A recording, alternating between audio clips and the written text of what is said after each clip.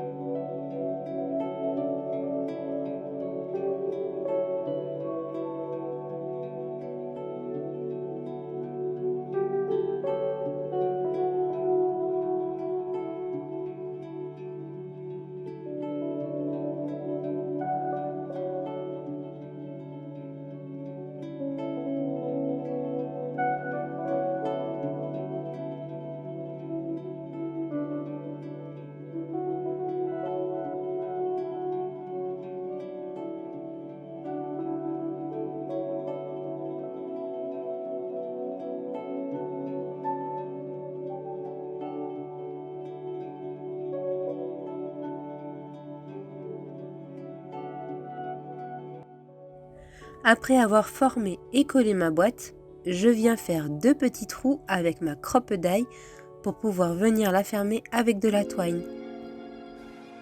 Je viens tamponner l'étiquette de ma boîte sur une chute de papier épais type Bristol et en relevant mon tampon, j'ai bougé.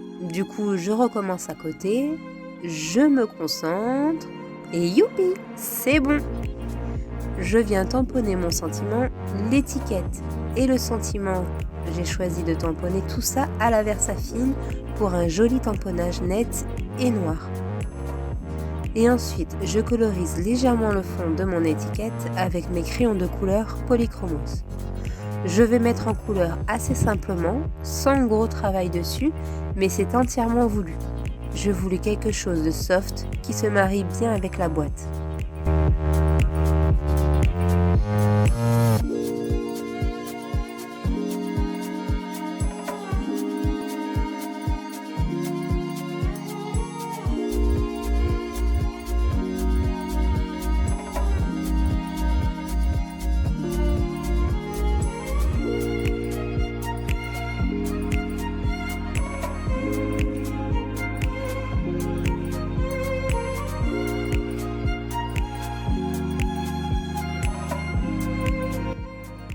Je détourne mon étiquette et je viens lui faire un petit trou pour pouvoir passer la twine et la fixer par la suite en fermant la boîte.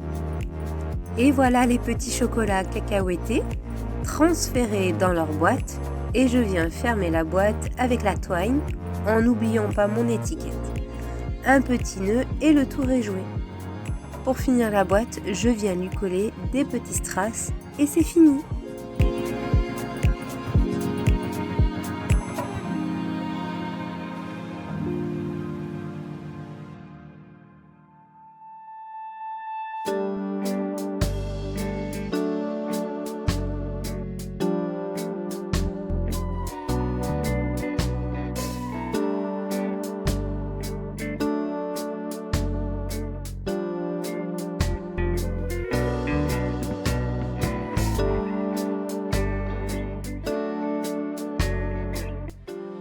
Vous aviez cru que ma folie des Memory-Dex était finie? Non, non, surprise! Pour accompagner cette petite boîte, j'ai opté pour une Memory-Dex, plutôt qu'une carte. Enfin, une shaker Memory-Dex exactement, toujours dans les tons bleus. Pour la fenêtre de la shaker, j'étais partie pour faire l'intérieur droit classique, puis finalement, comme vous pouvez le voir, j'ai changé d'avis.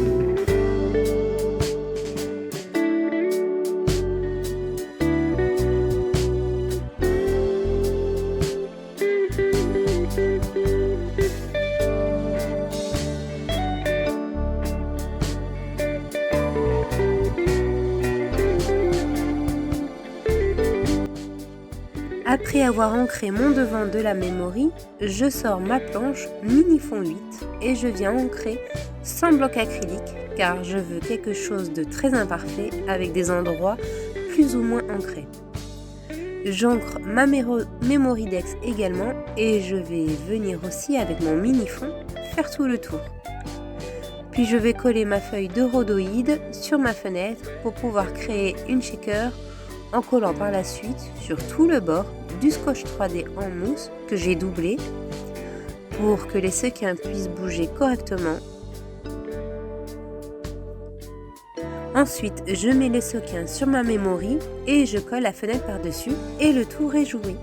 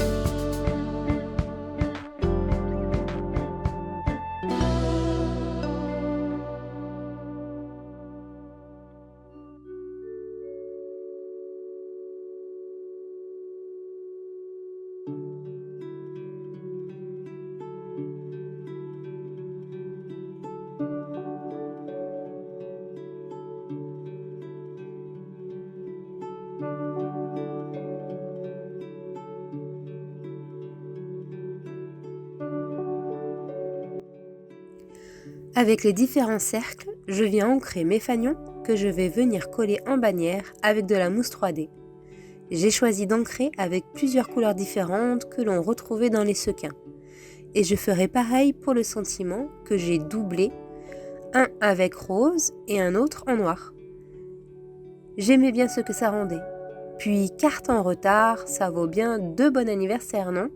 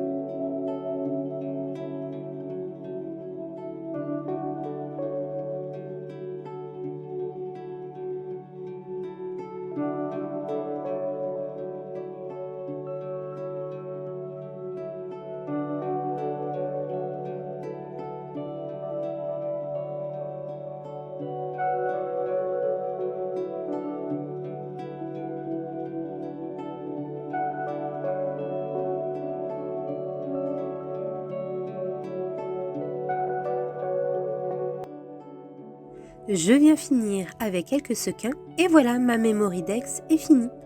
J'espère qu'elle vous plaira, ainsi que la mini-boîte. J'espère aussi qu'elle plaira à mon ami, mais ça je pense qu'il n'y a pas de souci. Je vous dis à bientôt, prenez bien soin de vous, bisous!